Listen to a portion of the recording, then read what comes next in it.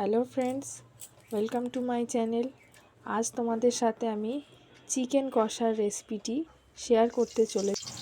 প্রথমেই বলে রাখি, চিকেন কষাটি আমি আলু দিয়ে করব, তাই কেটে রাখা আলুগুলোকে ভালোভাবে ধুয়ে জল ঝরিয়ে নিয়ে তেল গরম হলে তার মধ্যে আলুগুলোকে ভালোভাবে ভেজে নেব।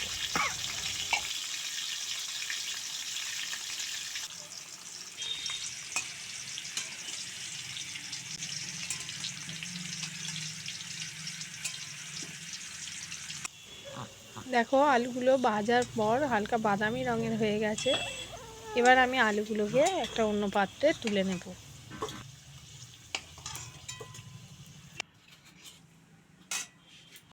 এবার গরম তেলের মধ্যেই দুটো তেজপাতা, একটা শুকনো লঙ্কা ফোড়ন দিয়ে কেটে রাখা পেঁয়াজগুলিকে আমি তেলের মধ্যে দিয়ে দেব।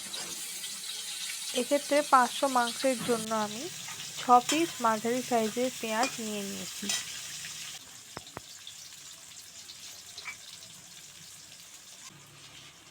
পেঁয়াজগুলি হালকা ভাজা হয়ে এলে এর মধ্যে 1 চামচ রসুন বাটা এবং 1.5 চামচ আদা বাটা আমি দিয়ে দেব।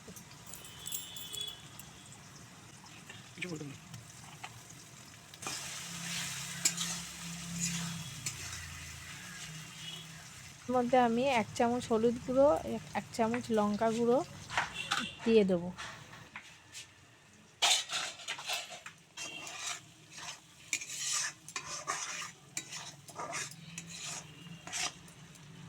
মশলাগুলো আমার ভালোভাবে কষানো হয়ে গেছে।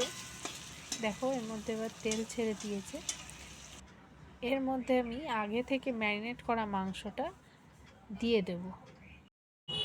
মাংসটাকে ভালোভাবে ধুয়ে পরিষ্কার করে নিয়ে তার মধ্যে 1 চামচ নুন, 1 চামচ হলুদ গুঁড়ো, 1 চামচ লঙ্কা গুঁড়ো, 1 চামচ আদা বাটা, 1 চামচ রসুন বাটা এবং তার সাথে 4 চামচ সর্ষের তেল দিয়ে 1 ঘন্টা আগে থেকে মাখিয়ে রেখেছিলাম।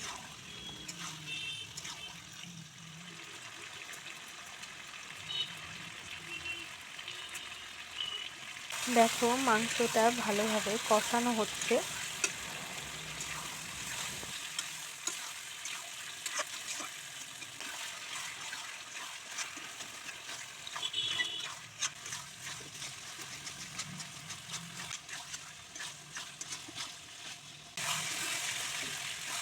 এবার দেখো, মাংসটা আমার খুব সুন্দর করে কষানো হয়ে গেছে। এর মধ্যে কেটে রাখা টমেটো কুচিগুলোকে এবার আমি দিয়ে দেব।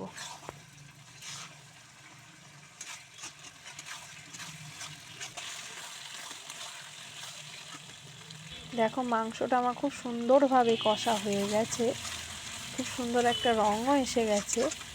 এবার ভেজে রাখা আলুগুলোকে আমি মাংসের মধ্যে দিয়ে দেব। আলুগুলো দেওয়ার পর আবারও বেশ খানিকক্ষণ মাংসটাকে ভালোভাবে কষিয়ে নেব। এবার পরিমাণ মতো জল দিয়ে মাংসটাকে 20 মিনিটের জন্য ঢেকে রাখবো।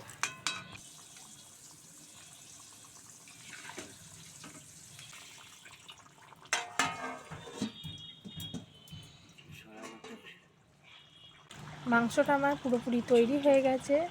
এবার নামাবার আগে আমি গরম মশলা গুঁড়ো উপর থেকে দিয়ে দেব।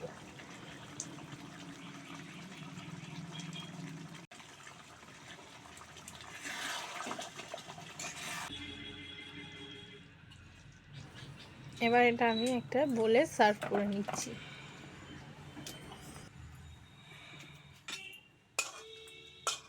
আমার চিকেন কষা তৈরি হয়ে গেছে এবং এটা সার্ভ করে দিয়েছি। যদি রেসিপিটি তোমাদের ভালো লেগে থাকে তবে অবশ্যই কমেন্ট বক্সে কমেন্ট করে জানিও এবং লাইক, শেয়ার, সাবস্ক্রাইব করে চ্যানেলটির পাশে থেকেও পরবর্তী ভিডিও